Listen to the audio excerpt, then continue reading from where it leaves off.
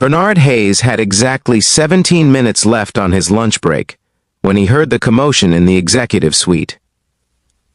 He'd been working as a night janitor at Luminex Tower for 3 years, long enough to know that the 47th floor, home to the corporate offices of one of the world's largest tech companies, was usually silent by 11 p.m.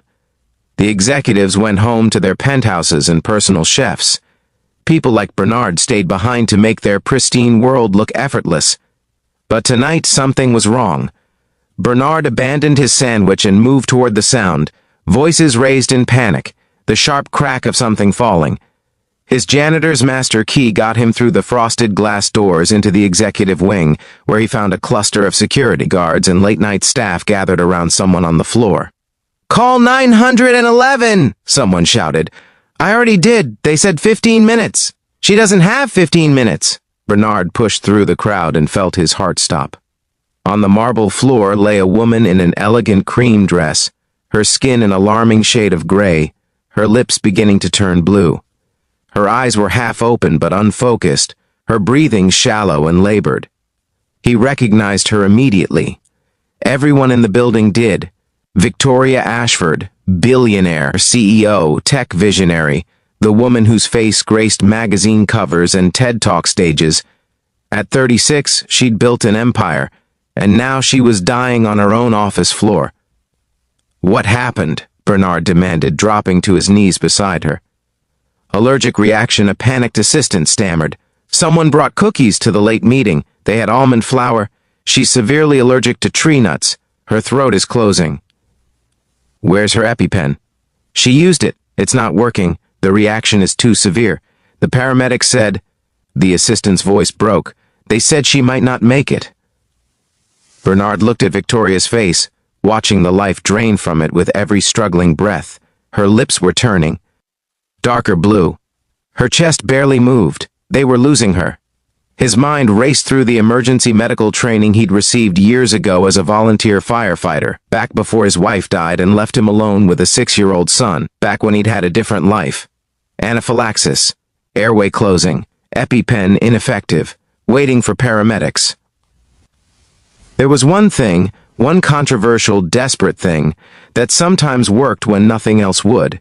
He'd seen it once demonstrated at a training seminar. A technique so unusual that most people dismissed it, but the instructor had sworn it had saved lives. The Holger-Nielsen method combined with direct oxygen transfer, essentially rescue breathing with specific pressure points to force the airway open. It required close contact, very close contact. It looked like something else entirely. Bernard made a decision. "Everyone back up," he said firmly. "Give us space."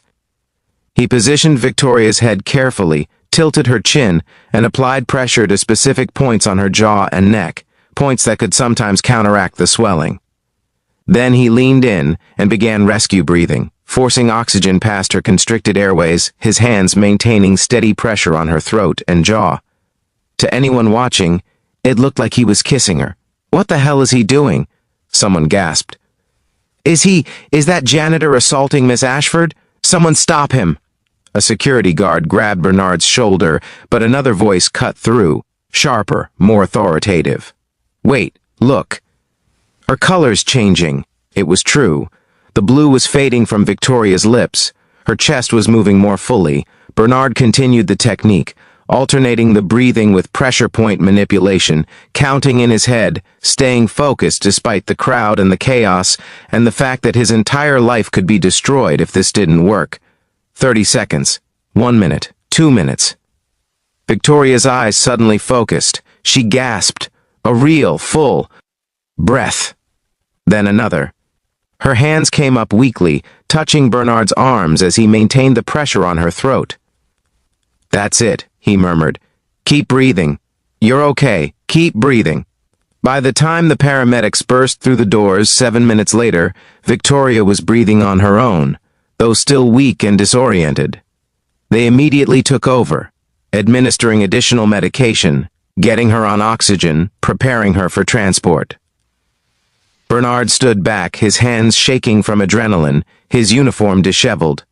The crowd stared at him with a mixture of awe, confusion, and suspicion. "Sir," one of the paramedics turned to him as they loaded Victoria onto the stretcher. "What technique did you use?" "Modified Holger Nielsen with direct airway assistance," Bernard said quietly. "I'm former volunteer fire and rescue. It was a last resort." The paramedic nodded slowly. "Unorthodox, but you probably saved her life. Her airway was 90% closed. Another minute and we'd be having a very different conversation." As they wheeled Victoria out, her hand suddenly shot out, gripping Bernard's wrist with surprising strength. Her voice was hoarse, barely a whisper.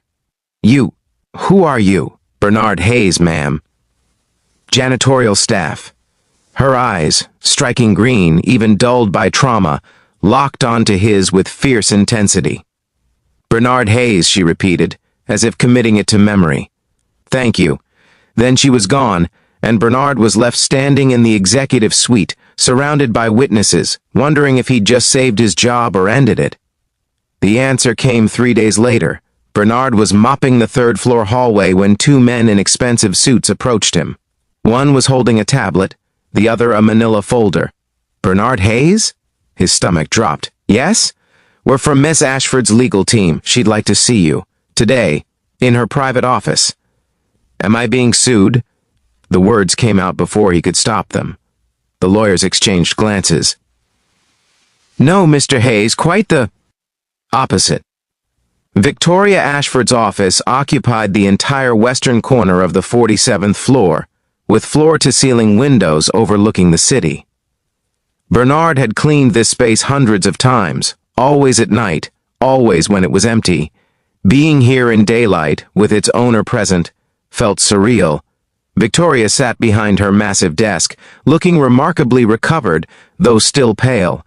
She stood when he entered, and Bernard noticed the tremble in her hands, the only sign of her ordeal. "Mr. Hayes," she said, "please sit."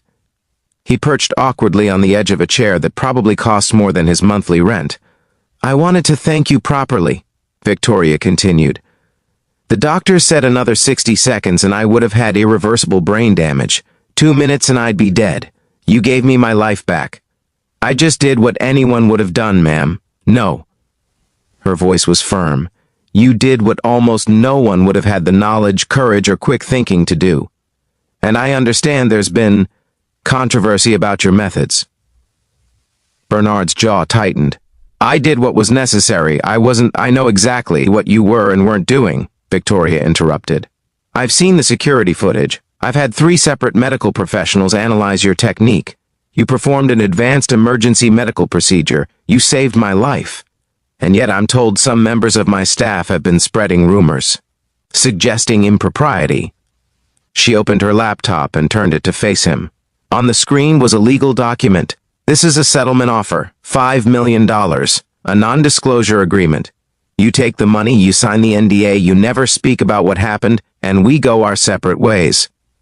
Bernard stared at the number. $5 million. He could quit his night shifts, could send his son Tommy to any college, could finally stop choosing between groceries and electricity. Or, Victoria continued, there's option 2. She pulled out a second document. "I'm establishing a new division of my company, Emergency Preparedness and Workplace Safety. It will develop protocols, training programs, and technology to prevent what happened to me from happening to others. I want you to head it." Bernard's head snapped up. "What?" "You're clearly overqualified for janitorial work. Your personnel file shows you were a volunteer firefighter and EMT for 5 years before your wife passed away. You have training most people in this building don't have. You saw a crisis and you handled it. That's leadership, Mr. Hayes. Ms. Ashford, I appreciate this, but I'm a janitor. I didn't even finish college.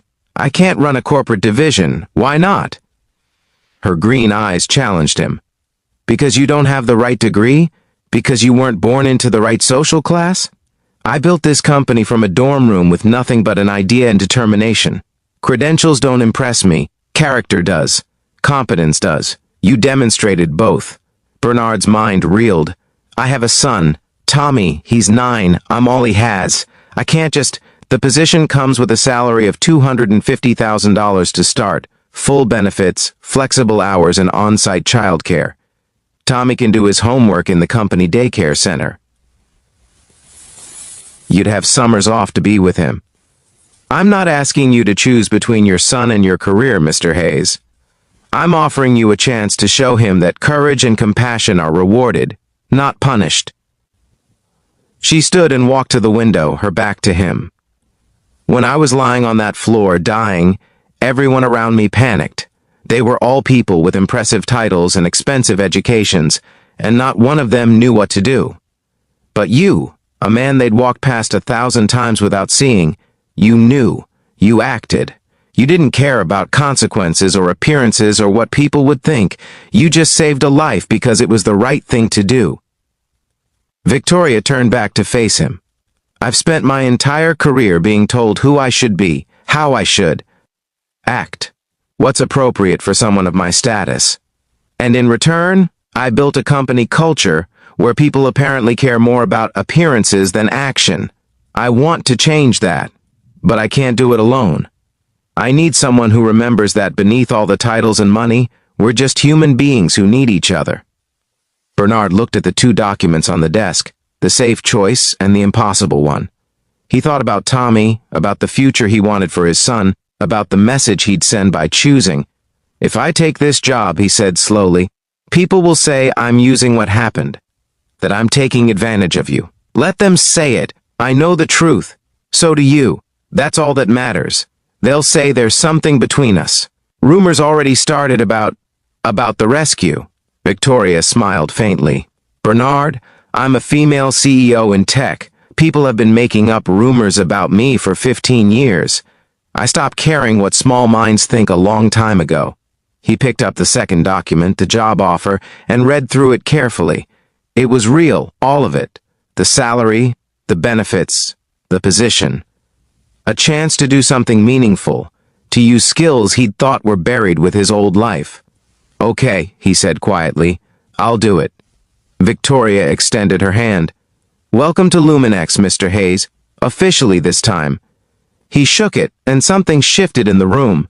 A recognition between 2 people who'd both known loss. Both fought their way through impossible circumstances. Both understood that life was too short and too precious to waste on other people's expectations. 18 months later, Bernard stood on a stage at the National Safety Conference, presenting his division's new emergency response training program, a system now being adopted by companies nationwide. In the audience sat safety directors, corporate executives, and medical professionals, all there to learn from the janitor who'd become an industry innovator. Tommy sat in the front row, wearing a tie he'd picked out himself, beaming with pride at his dad. And in the back of the auditorium, Victoria Ashford watched with quiet satisfaction. She'd known Bernard Hayes was extraordinary from the moment he'd made the impossible choice to save her life regardless of cost. She just needed to give him the platform to show the world what she'd already seen. After the presentation, as attendees crowded around Bernard with questions and business cards, Victoria slipped out. This was his moment, earned not by a dramatic rescue but by months of hard work, innovation, and dedication. But as she reached the door, Bernard called out, "Miss Ashford, wait!" She turned. He jogged over, still wearing his presentation mic, slightly out of breath. "I never properly thanked you," he said, "for taking a chance on me, for seeing something in me I'd stopped seeing in myself." Victoria shook her head. "I didn't give you anything you hadn't earned, Bernard. I just opened a door. You walked through it all on your own." "Still," he insisted, "you changed my life, Tommy's life. You gave us a future." "No," she said gently. "You gave me a future, literally. Everything else was just recognizing value that was already there." As she walked away, Bernard returned to the crowd of attendees, to questions about emergency protocols and safety innovations. But he understood now what Victoria had been trying to tell him from the beginning, that worth isn't determined by job titles or tax brackets, that heroism isn't always dramatic, and that sometimes the most important thing you can do is simply see people, really see them, for who they are beneath the surface. He'd saved Victoria's life with an unconventional kiss of life. She'd returned the favor by breathing new life into his dreams. And in doing so, they'd both learn that the most powerful transformations don't happen in a single moment of crisis. They happen in the brave daily choice to believe that everyone deserves to be seen, valued, and given the chance to rise.